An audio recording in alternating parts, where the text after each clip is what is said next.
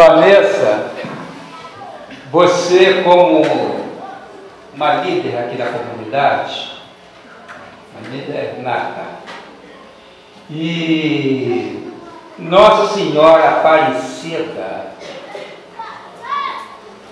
no próximo dia 1º, dia 2, no sábado após a festa de São Pedro, ela vai estar lá no Triunfo.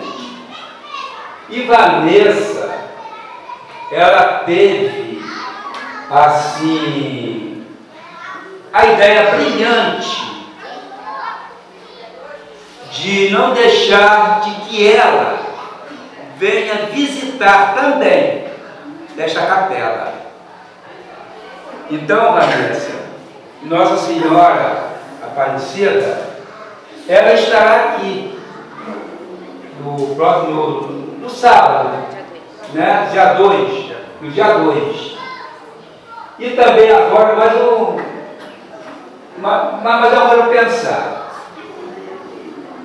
é que Gisele também falou, olha, Padre Jorge, Nossa Senhora Aparecida, a nossa capela de Nossa Senhora Aparecida, dá um jeitinho também para ir lá em Abreu dos Leais. Olha, ela vai ficar um dia, vai dia 2, no dia 3, domingo, após a missa eu vou levar lá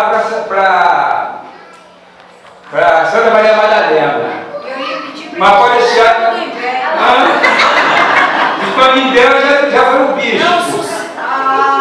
Já foi o bispo há muito tempo. O bispo já foi o seu inverno há muito tempo. Então agora realmente Nossa Senhora vai fazer essas visitas. Essa peregrinação que ela vem fazendo, até comemorando os 300 anos do seu aparecimento aqui na Aparecida, né? No Rio Paraíba. Comemorando os 300 anos. Esse ano nós estamos fazendo essa peregrinação. Então vamos ficar de pé para ver esse final. O Senhor esteja convosco.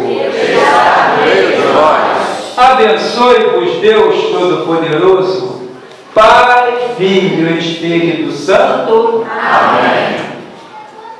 Pela intercessão de São João Batista, ide em paz para dar continuidade à festa. A festa principal é essa aqui que vocês estão participando. A outra é a Grécia. A principal é essa. Que o Senhor esteja convosco. Estamos entre nós. Abençoe-vos, Deus Todo-Poderoso, Pai, Filho e Espírito Santo. Amém. Toda uma boa fé em São Pedro.